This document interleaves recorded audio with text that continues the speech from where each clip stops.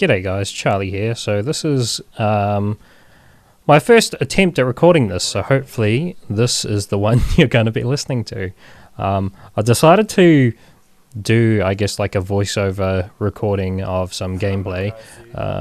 One, because it's easier to output, and two, I don't know, I remember doing it back in the day and it was quite nice. I've been recently getting into DPS. Generally I'm quite shit at DPS, like 1 in 10 type DPS, but with this chick I seem to do quite well. I don't know why. I just seem to actually be able to get kills with her, secure kills. Maybe because she's overtuned compared to the other ones, or maybe people just don't have the experience to be able to counter her. Either way, I do pretty well. I think one thing that's underestimated, or could be underestimated, with at least newer players coming into this character, is she's extremely good at dueling, even though she misses her spells. Kind of like old Doomfist, really, because of the fact that if you miss your spells, you still get a huge benefit. You get the shield, right? You get, I think it's like 25 shield. Could be 50. I'm not too sure.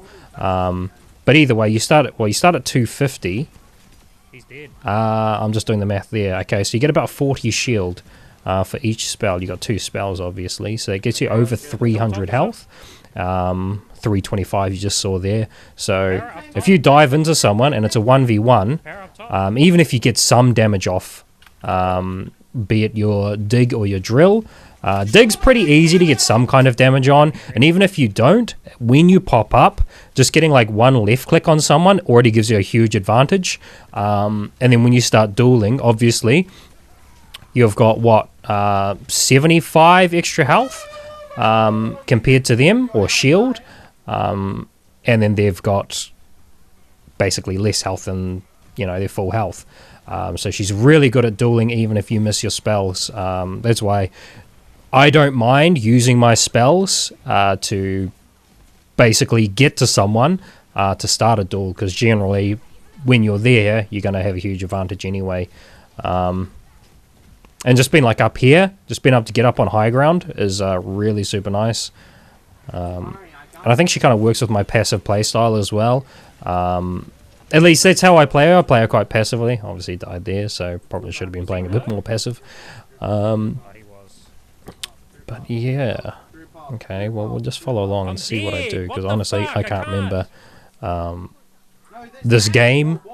It was like 2 days ago, but yesterday I played for like 10 hours, and the day before, which was this session, was like 7.5 hours, so that's a lot of games to be played, so I probably won't remember all the games.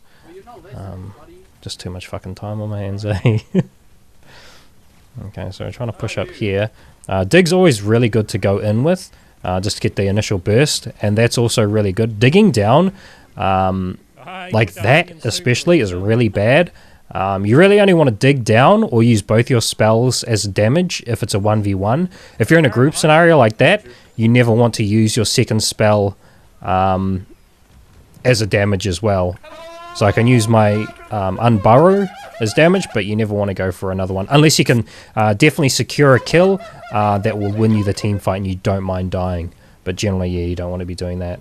But obviously I make some misplays, because I've only just started playing her like a couple of weeks ago. Not even that, right? A couple of days ago. So I'm fairly new to her, so I'll be able to analyze post-mortem on what I did wrong. But in the heat of the moment, I don't have that automatic reflex like I do with some other characters like Moira. Moira, I just have the automatic reflex just to know what to do, right? Because I've just played her that much. Even though she's not my most played, I feel like she's my most actively played, because most of my Lucio hours are from Overwatch 1. And in addition, most of it is when he was not nerfed, when he had unlimited range pretty much. So yeah, okay, I'm just trying to follow what I'm doing. It's even nice to just try and see if like my thought pattern is quite similar to what I would have done there. How do I explain this? So if I watch what's happening, and then I try and go, what would I do here? And if I make the same decision, and it's a bad decision, it's a good way to like retrain my brain and going, okay, that was definitely a bad decision, because at the time I'm like, that's a bad decision, but it's easier to that's why like VOD reviews are quite important, right? So you can just like reassess at the time.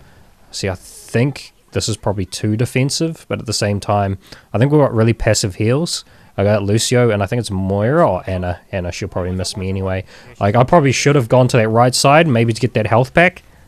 See, this is real fucking dangerous. I used a spell to get in, my drill, and then I used the other one. But doing it around the cart is actually quite nice. You can actually do it around the cart, and it's a lot safer. Because if you use both your spells to go in or to damage, you can at least fall back and hide behind the cart, and it gives you a few seconds. And your cooldowns are like 5 seconds. So it gives you just that bit of extra time. Ult here? Yeah. I don't get anything though, which is a shame. That Bastion was real fucking close. I shouldn't have knocked into him, I don't think. Waking him up was probably bad. I should have gone to the Bastion, to be honest, now that I think about it. Because I've watched this once before, this game, when clipping it all up together. I should have dug earlier there as well. That CC kind of fucked me. But yeah, I should have gone for the Bastion, because obviously tanks right now are just so hard to kill, and that's taking a while to get used to, obviously, right? Especially Tuatonga, he's beefy, man. He's real hard to kill. So I mean, in retrospect, yeah, going for the Bastion. Even though he had the health pack there, on that right side, I think it probably I still would have had a better chance of killing him, right? Because that tank just doesn't go down. I think like most tanks only die like twice a game now. It's ridiculous, and it does make it hard. But oh well. Alrighty, so what's happening now? I think I'm trying to look for Farah because I can hear her, or hear something behind. That's one thing, people underestimate sound. Sound is actually super key. Trying to go for a drill mid-air is like wild. That's just like last resort type bullshit. It just sucks because like I'm not really good at hit scan. Well, not really good. I can't do hit scan. That's the kind of shit I'd go 0 and 10 on.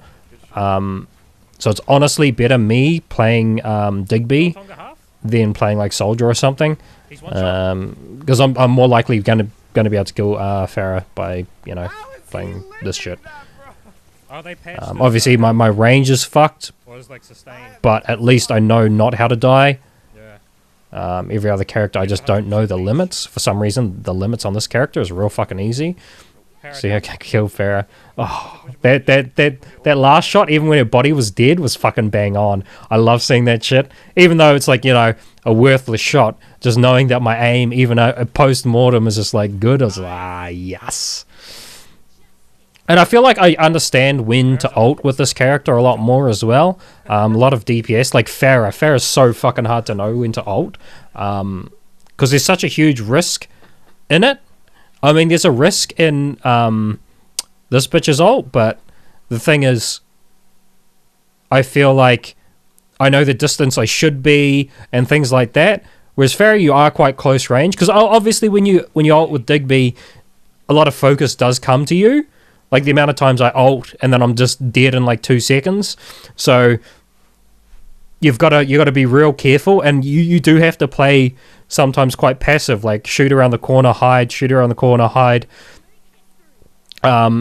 Just because it does make you super vulnerable. And I think it seems to be the case that you can actually jump her ult.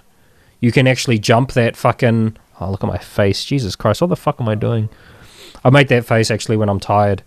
I don't know why, but yeah, that's the face. If you're gonna rewind and go, what the fuck? That's the face of a tired boy. But yeah, I'm pretty sure you can jump her ult if you jump at the right time, which I think is fair, right? But it is kind of annoying when you spam your ult and then soldiers running around, jump, and you're like, ah, fuck. So yeah, you do have to be quite sneaky. And that's why like staggering your ult as well can be quite important. Not just going boom, boom, boom, boom. Like I like to like if I'm spamming, I'll spam 3, and I think you get 4. Well, I'll at least hold the last one a lot of the time, just to get that extra damage before I dig in or something, or drill into them and finalize the kill.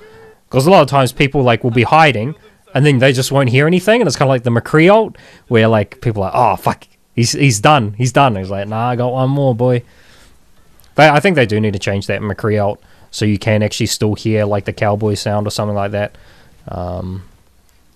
Yeah, I have to use both of my spells here as defensive, which is kind of annoying, but I get to reposition here. I think I get a kill. Nah, I think I die here, actually. I think the stupid Hanzo, like, one-shot bullshit, eh? Oh, no.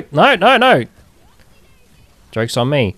See, like, see, dig-ups like that. See, you saw I used both spells to get in, but I had the benefit of using that, I guess, walkway above me as visual obscurity, so I get out of the vision, and it kind of just switches up the focus. You find a lot of the times players will immediately switch to the next target if you go out of range, and they'll remain on that target even if you pop back into view.